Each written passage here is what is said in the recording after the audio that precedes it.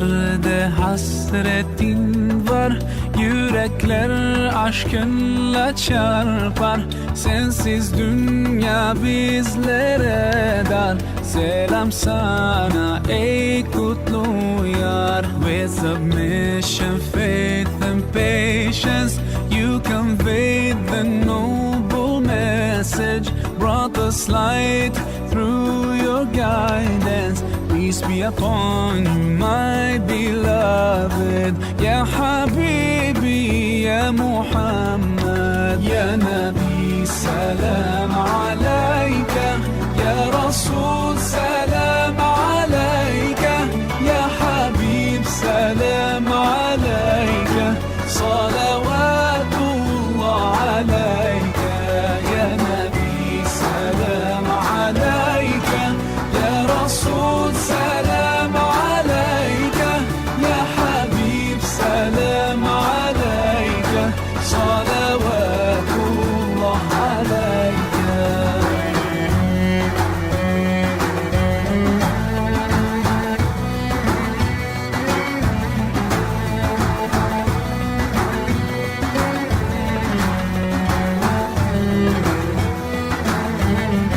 तेरी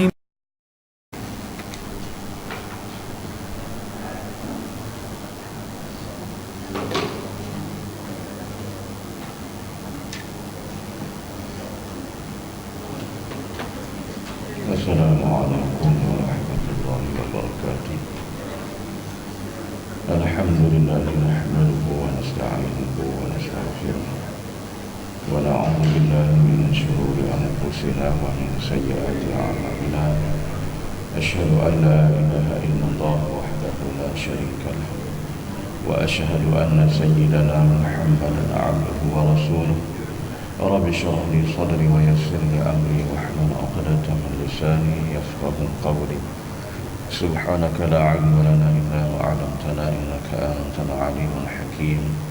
Wa la hawla wa la quwwata illa billahil 'aliyyil 'azim.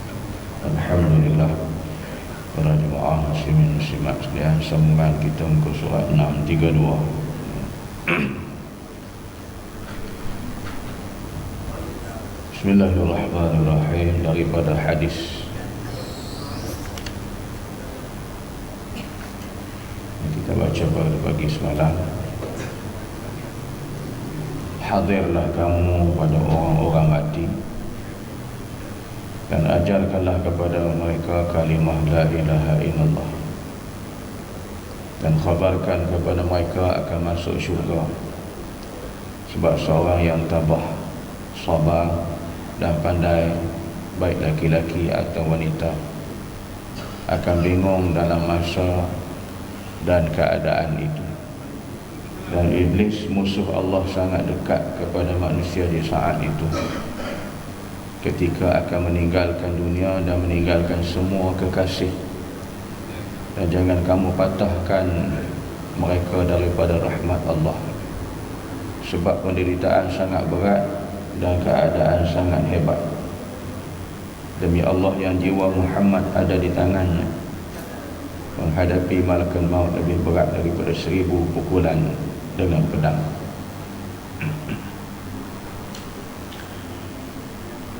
Jadi sidang jemaah yang dirahmati Allah sekalian,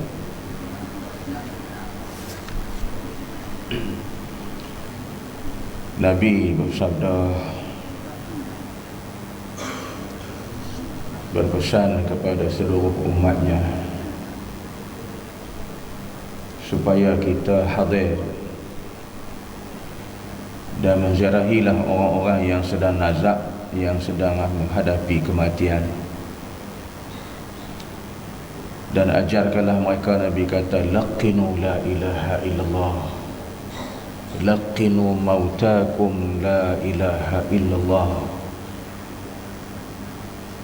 Ditalqinkan, diajarkanlah mereka dengan orang yang nak mati itu dengan kalimah la ilaha illallah,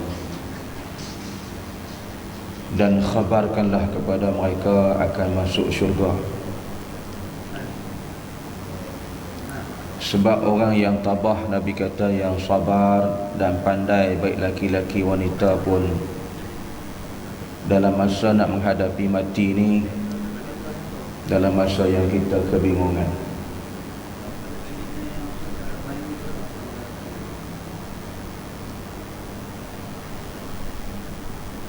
Jadi siapa pun dalam keadaan rasa yang macam tu, sedangkan Nabi kita Muhammad sallallahu alaihi wasallam pun di saat-saat yang malaikat dalam keadaan penuh kasih sayangnya untuk mengambil ataupun mencabut ruh Nabi Muhammad sallallahu alaihi wasallam, maka bila kita membaca dalam hal ini riwayat-riwayat menyatakan bahawa Nabi juga dalam keadaan terasa yang sakit, kemudian menghadapi saat untuk berpisah ruh dengan jasad. Tetapi bagi menunaikan perintah Allah, maka malaikat maut tetap menjalankan perintah Allah. Ruh junjungan kekasih Allah dikeluarkan daripada jasad yang mulia, dikembali kepada Rabbul Alamin, kekasih Allah.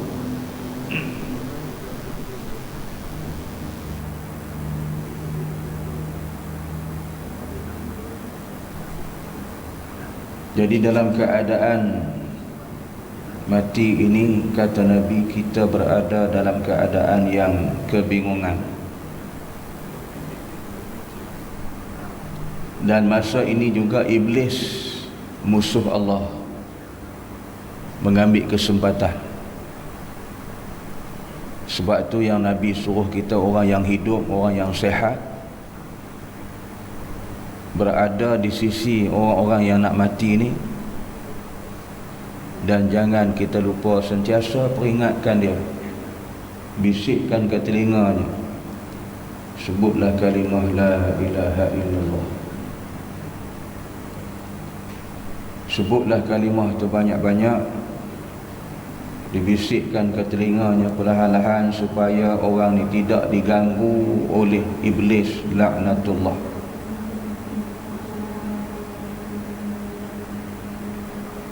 Dibimbangi kalaulah manusia sudah dimasuki dengan iblis, dia tak boleh sebut kalimah yang suci ini. Ini yang kita takut. Sebab tu Nabi suruh duduk, dan jangan kita tinggalkan orang yang sedang nazak, yang sedang nak mati ni. Mudah-mudahan dia dapat menyebut kalimah yang suci. Dan seboleh-bolehnya juga kita berada di sisi orang yang nak mati ni dengan keadaan kita banyakkan membaca Al-Quranul Karim, ayat-ayat Allah. Mudah-mudahan dengan bacaan-bacaan ayat-ayat Allah itu menjadikan benteng daripada gangguan iblis ataupun syaitan. Sebab bila kita baca Quran, iblis dengan syaitan dia tak mau tuan dengan Al-Quran ini. Sebab tu jika manusia pun tak mau juga dengan Quran, dia sama dengan iblis laknatullah dan syaitan. Ada di antara manusia ni, bila kita dah baca Yasin dia marah, dia kata tak usah baca, jangan baca. Itu orang dah masuk syaitan, iblis. Banyak kes-kes jadi macam ni. Daripada hospital kadang-kadang dia telefon hubungi kita. Dia kata, ustaz, kami di hospital tengah baca Yasin ni, tapi dia kata ayah tak bagi, ayah suruh berhenti, jangan baca Yasin. Saya kata teruskan, jangan ikut cakap dia. Sebab syaitan menghalangi, tak bagi kita baca. Teruskan bacaan sampailah yang hak mati menemui ajal. Dan di samping tu kita jangan lupa ajar dekat dia, bisik ke telinganya la ilaha illallah. Ini ada benda-benda halangan tuan-tuan. Sebab tu kalau keadaan orang yang sedang nazak tak boleh mengucap kalimah syahadah, Kita ajar kalimah syahadah pun tak boleh. Kita baca Quran pun dia marah, dia halang, dia tak bagi. Bermakna orang yang sedang menghadapi ni ada perkara-perkara yang dipelajari yang tidak betul dengan Islam, dan ada diambil benda-benda halus masuk dalam badan dia. Inilah satu keistimewaan manusia yang ingin merasa kemegahan di atas muka bumi, nak rasa hebat di atas muka bumi, nak rasa tersohor di atas muka bumi, maka dia berkawan, berteman dengan jin, dengan syaitan, laknatullah. Sebab tu di saat dia nak mati itu terseksa.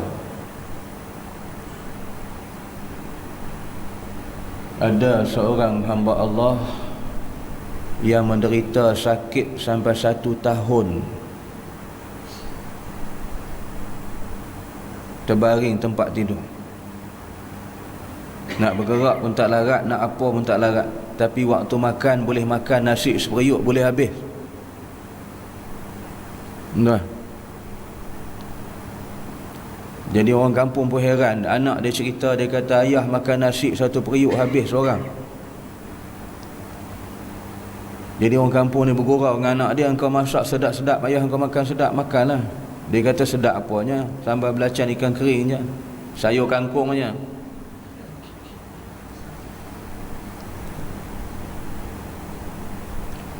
Sambal belacan ikan kering sayur kangkung, tak ada sedap apa, biasa je. Habis periuk.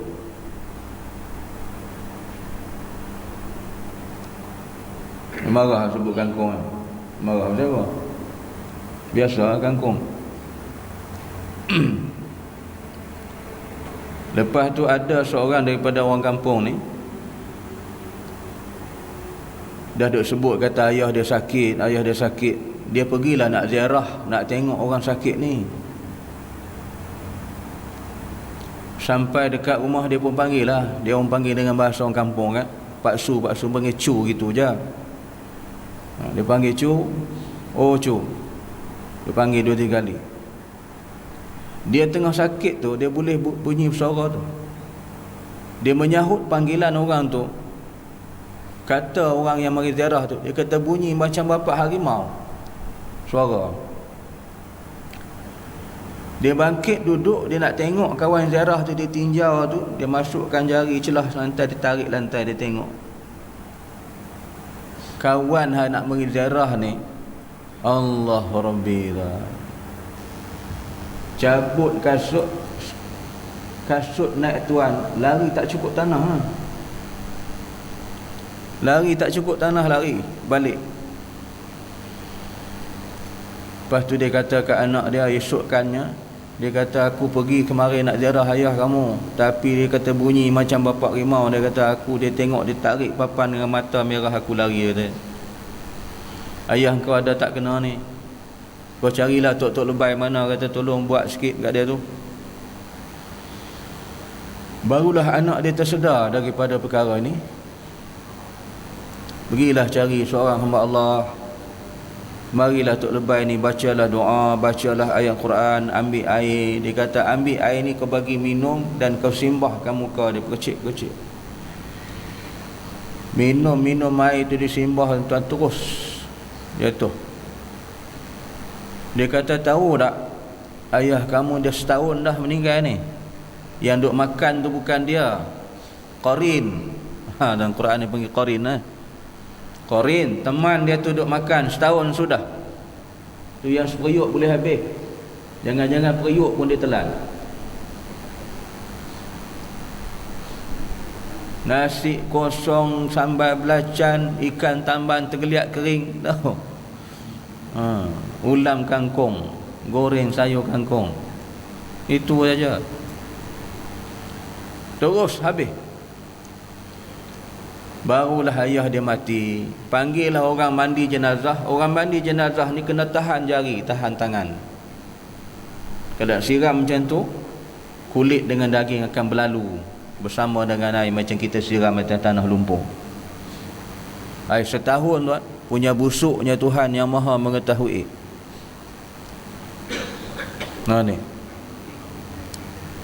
Jadi semasa hidup orang tua ni, dia tok pawang, dia juga tok dalang wayang kulit, dia guru pencak silat. Itu masa hidup dia lah. Memang orang sihat, memang orang tersohor lah.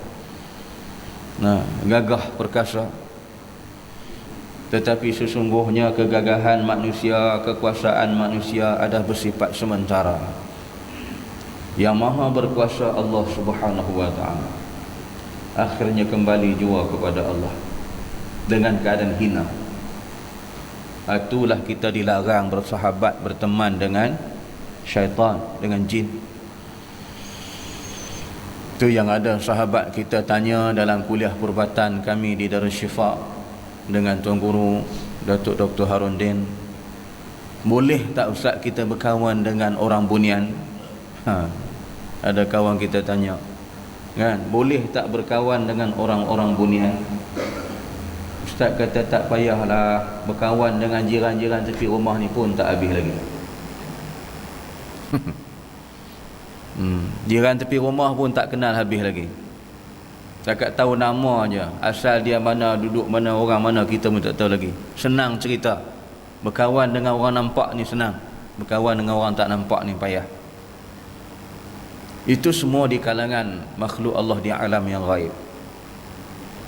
Jadi sebab tu kita ingat seksa dan azab sengsaranya orang yang berkawan, berteman dengan qarin, bersahabat dengan jin, dengan syaitan iblis. Mereka mati dalam kehinaan. Asy-syaitanu ya'idukumul faqr. Syaitan menjanjikan kefakiran, kata Allah. Ingat, ini adalah satu perkara yang melakukan syirik kepada Allah. Jadi sebab itulah bila ada di antaranya, banyak kali dah saya dalam kes ni, dia orang telefon nak baca Yasin, dia tak bagi Ustaz. Saya kata teruskan bacaan Yasin, tengok apa akan jadi kesudahannya. Jadi anak-anak pakat baca juga tak berhenti. Akhirnya dengan mudah dia boleh menghembuskan nafas yang akhir dia.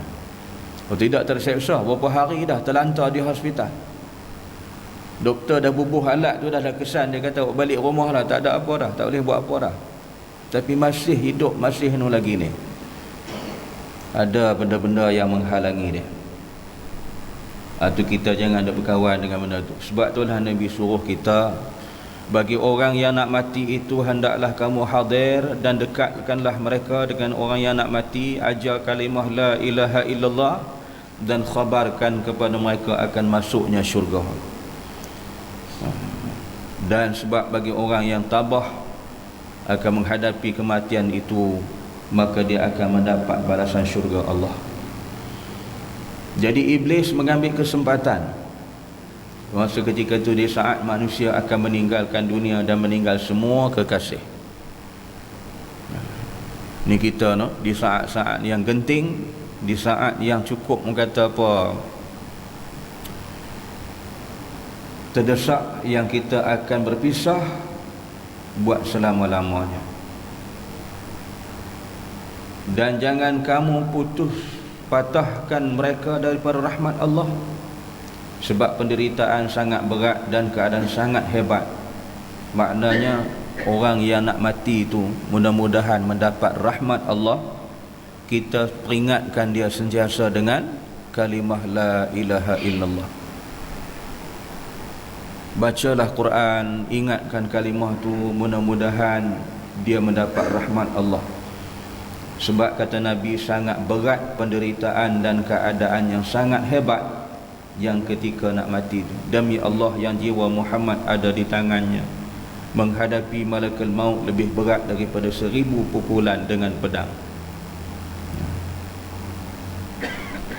Itulah saya katakan, bila kita baca riwayat, Nabi sendiri pun dalam keadaan untuk diambil nyawanya dalam keadaan yang sakit.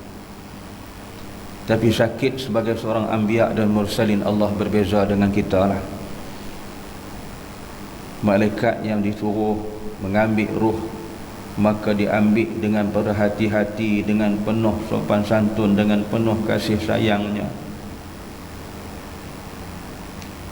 Barulah ketika itu diambil ruh Nabi, diletakkan di atas pengusungan, di dalam dulang talam daripada syurga Allah, dibawa bertemu dengan Allah kekasih Tuhan. Kembalilah kepada Allah kekasih Tuhan ini, kepada Allah yang maha pengasih lagi maha penyayang. Sebab tu Nabi kata, la mu'alajatu malikil maut asyaddu min alfi darbatin fis sayf. Beratnya nak habis nyawa tu lebih daripada 1000 pukulan pedang. Sekali kena pedang pun sakit tu. Tak percaya ambil tetak tengok sekali. Nah, kita duk potong daging, potong kena tangan sikit jari pun ya Allah, kan, sakit. Ini Nabi kata nak mati tu sakitnya lebih berat daripada 1000 pukulan pedang, 1000 kali tetak. Allahu Akbar. Sakit lebih daripada itu. Sayyidina Umar Al-Khattab 9 kali ditikam dengan kerambit ketika solat subuh. Sedang beliau rokok, Abu Lu'lu'ah mengambil kesempatan ketika rokok inilah dibenam kerambit 9 kali. Kali yang ke-9 kena di bawah pusat Amirul Mukminin, baru jatuh. Kuat menahan ketika menyembah Allah solat subuh tu. Dia jadi imam. Abu Lu'lu'ah menyamar seorang munafik masuk bersembahyang sama. Jadi kesempatan itulah digunakan untuk membunuh Sayyidina Umar. Maka kali yang ke-9 baru jatuh. Dipangku oleh sahabat, Abu Lu'lu'ah lari. Bila lari mereka dikepung, dia dah tercepit tak lepas nak lari, kerambit tu dibenam ke dadanya sendiri. Dia tak mau ditangkap, tak sanggup ditangkap oleh sahabat-sahabat Rasulullah. Beliau benam kerambit tu ke dadanya sendiri, bunuh diri dia sendiri. Itulah betapa sakitnya. Tetapi sakit yang mati ni Nabi kata lebih daripada 1000 pukulan pedang.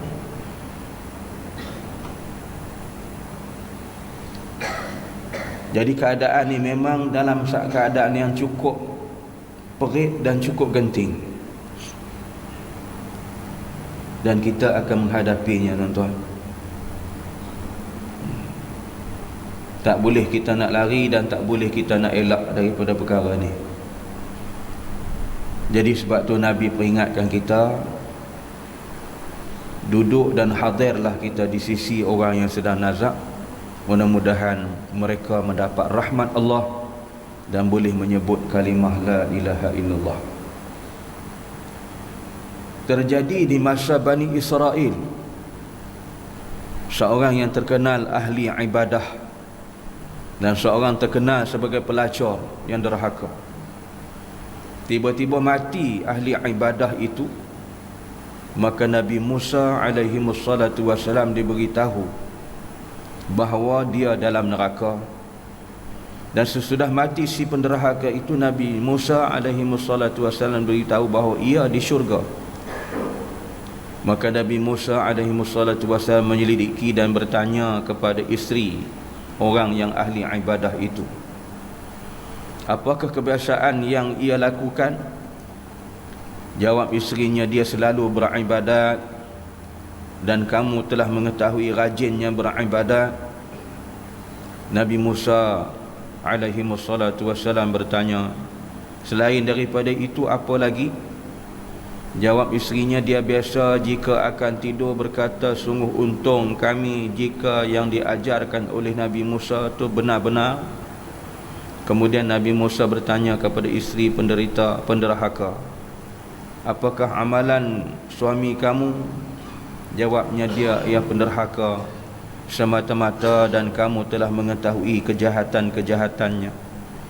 Ditanya lagi, selain daripada itu apa lagi? Isteri dia kata, dia sentiasa jika akan tidur membaca la ilaha illallah walhamdulillah atas apa yang diajarkan oleh Nabi Musa alaihi wassalatu wassalam. Ini kisah berlaku kepada di kalangan kaum Bani Israel yang dikata terkenal sebagai ahli ibadah dan seorang terkenal pelacur derhaka. Tiba-tiba matinya ahli ibadah itu, Nabi Musa diberitahu ia dalam neraka. Dan sesudah mati si penderhaka itu, Nabi Musa diberitahu dia dalam syurga. Itu Nabi Musa pergi menyelidiki, tanya apa amalan apa dia buat. Bila ditanya kepada isterinya, dia kata dia selalu beribadat dan kamu telah mengetahui betapa rajinnya dia beribadat kepada Allah. Nabi Musa tanya apa lagi yang dia buat. Dia kata biasanya jika akan tidur dia berkata, sungguh untung kami jika yang diajarkan oleh Nabi Musa itu benar-benar. Kemudian Nabi Musa bertanya kepada penderhaka, apakah amalan kamu, amalan suami kamu? Dia kata semata-mata kamu telah mengetahui kejahatan-kejahatannya. Ada lain apa lagi? Kata isteri sentiasa jika tidur membaca la ilaha illallah walhamdulillah. Di sini melihat kepada kita bahawasanya kalimah la ilaha illallah adalah juga ianya dalam terkandung syariat yang dibawa oleh Nabi Allah Musa. Jadi Nabi Musa mengajak dan menyeru manusia ketika itu juga dengan la ilaha illallah. Sampai Nabi kita Muhammad pun kalimah la ilaha illallah. Jadi tiada ada seruan yang lain yang dibawa oleh para anbiya dan mursalin Allah, hanyalah kalimah la ilaha illallah. Mengajak manusia mentauhidkan Allah. Jadi barang siapa yang mengucap kalimah inilah yang kita dibacakan pada riwayat pada pagi semalam, Nabi kata kalimah itulah yang menghancurkan dosa kamu, kalimah itulah yang memasukkan kamu ke dalam syurga. Walaupun zaman Bani Israel ni zaman beriman dengan Nabi Musa, tapi sama, tiada ada yang lain dibawa dalam utusan Allah, mengajak manusia dengan kalimah la ilaha illallah. Jadi walaupun dia masuk neraka, kemudian dikeluarkan pula, Allah letakkan dalam syurga. Bila diselidiki, ditanya kenapa dia, apa dia buat, amalan apa, dia kata semasa dia tidur, dia nak akan tidur, sentiasa dibaca la ilaha illallah. Itulah kalimah yang boleh menyelamatkan kita daripada neraka Allah, dan kalimah yang boleh membenar menghancurkan dosa-dosa kita di sisi Allah. Betapa hebat dan besarnya kalimah la ilaha illallah. Oleh yang demikian, hendaklah kita sentiasa berucap dan mengatakan kalimah itu selalu.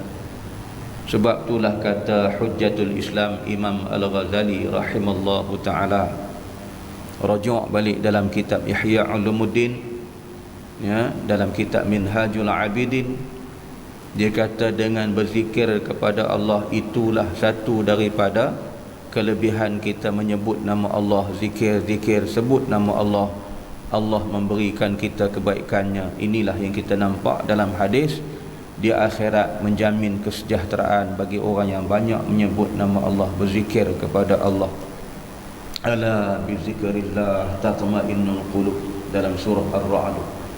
Dengan mengingati Allah, jiwa kita jadi tenteram, tenang, aman, damai. Syaitan, iblis pun tak berani dekat. Banyakkan zikrullah. Mudah-mudahan dengan banyak zikir itu dapat menghancur dan membenamkan dosa-dosa kita yang telah kita lakukan terhadap Allah Subhanahu wa taala.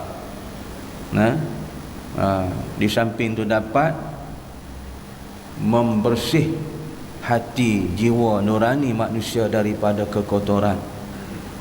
Maksiat kita zahir, ada maksiat batin, kan? Ada dua. Jadi boleh bersih dua-dua tu. Nak bersih benda tu ialah dengan zikrullah. Di luar ni boleh kita basuh, kita sental, kita gosok, tak keluar dengan sabun, kita pakai bahan chemical, kan? Nuhak dalam tu nak bersih macam mana? Bukan boleh ambil tu klorok telan tu lagi cepat, kan? Nak bersih dengan zikrullah. Banyakkanlah kita sebut kalimah la ilaha illallah. Begitu juga kata almarhum Syekh Ibnu Arabi dalam kitab Risalah Darqawiyah. Maka dengan berzikir kepada Allah, maka itulah hati dan jiwa kamu menjadi tenteram, tenang, kata dia. Jadi gitu nak. InsyaAllah kita sambung pada besok.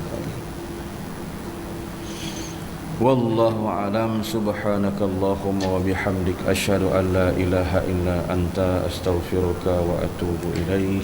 Bismillahirrahmanirrahim. Wal 'asri innal insana lafi khusr illa alladzina amanu wa 'amilus salihati wa tawassaw bil haqqi wa tawassaw bis sabr. Shadaqallahul 'azim.